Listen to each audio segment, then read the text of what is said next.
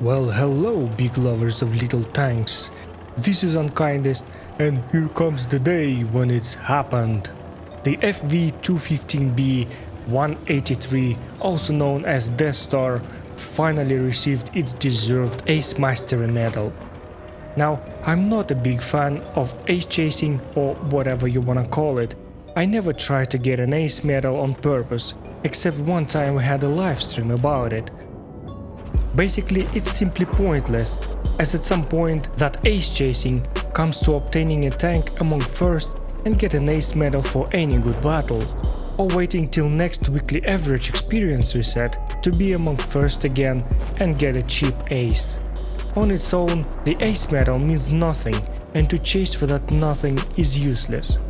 It's just I played a lot of battles with Death Star and somehow was bazillion times very close to get one, but never did. Until now. And you might ask, why does it matter? What is so special about it? Well, Death Star is very special. Due to its very long reload and rather poor armor, it doesn't suit to be on the edge of the combat. Hence, people usually camp or stay second line. And what mainly brings experience in the battle, spotting, assistance, kills, base capture points, becomes of limited access. This leads to a simple thing. In order to get an ace medal, meaning big amount of battle experience, you need to deal lot of damage, and I mean a lot, like 7-8 thousands with several kills, and that makes it quite random to obtain. Death Star has the highest alpha in the game, but because the reload is very long, you need to have the reds coming one by one in certain periods of time and getting ammo racked or hashed, but not killing you at the same time. That doesn't happen often. I decided to voice over some of the decision-making process during that battle. It might be useful to understand what has been done, why it has been done, and why it has been done in that manner. The action occurred on Black Goldville in Supremacy, and I believe Supremacy had its impact in the amount of experience earned.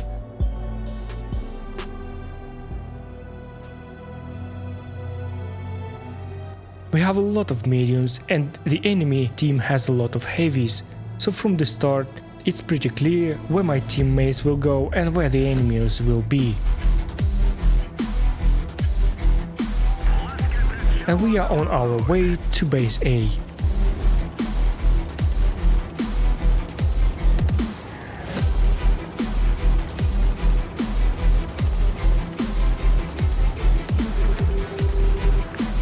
We have two heavies sleeping and slowly coming to life.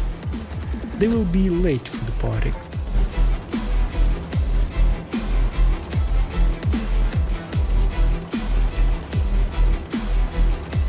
Suddenly the PTA appeared, who was doing the spotting. I don't know who taught such players to spot like that, but you will see soon how it always ends.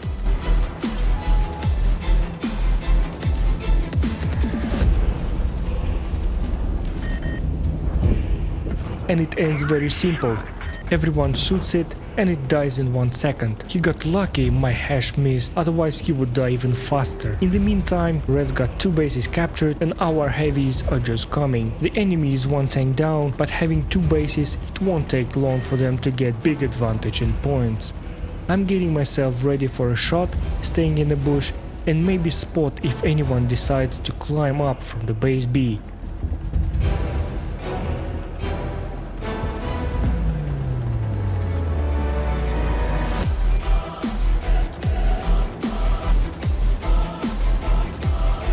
We have first incoming from the right, but our leopard doesn't care.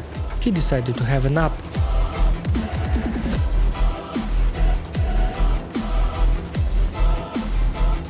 And the first hash goes to Force Superstructure. Sweet 1326 damage and lots of modules damaged. With Death Star you always need to have a place for reload, a safe place. So I'm checking my left if someone decides to come. I already know who my next victim will be while it's busy with my teammates. At the moment the shell goes into the barrel, I sent it directly to IS4's track wheel, so he wouldn't even think about shooting me back.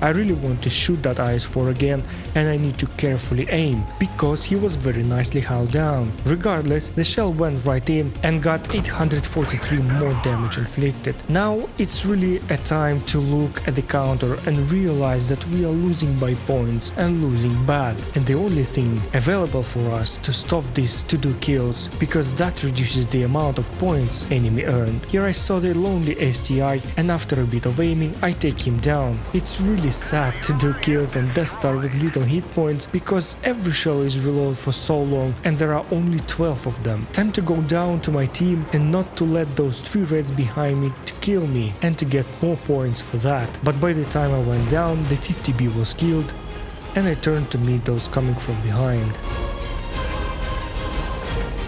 IS-7 shot me and got ammo-racked in return.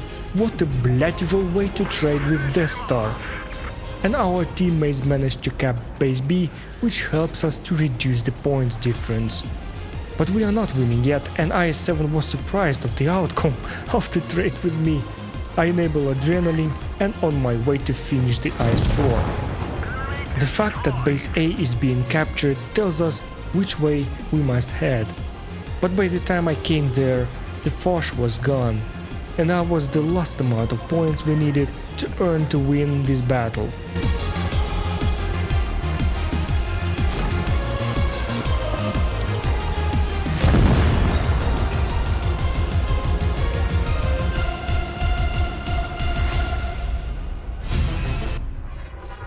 So the battle resulted in 6,582 damage, which is a lot, but nothing spectacular for Death Star.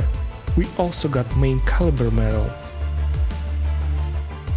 But more importantly, we got 1,646 base experience, and that is a lot.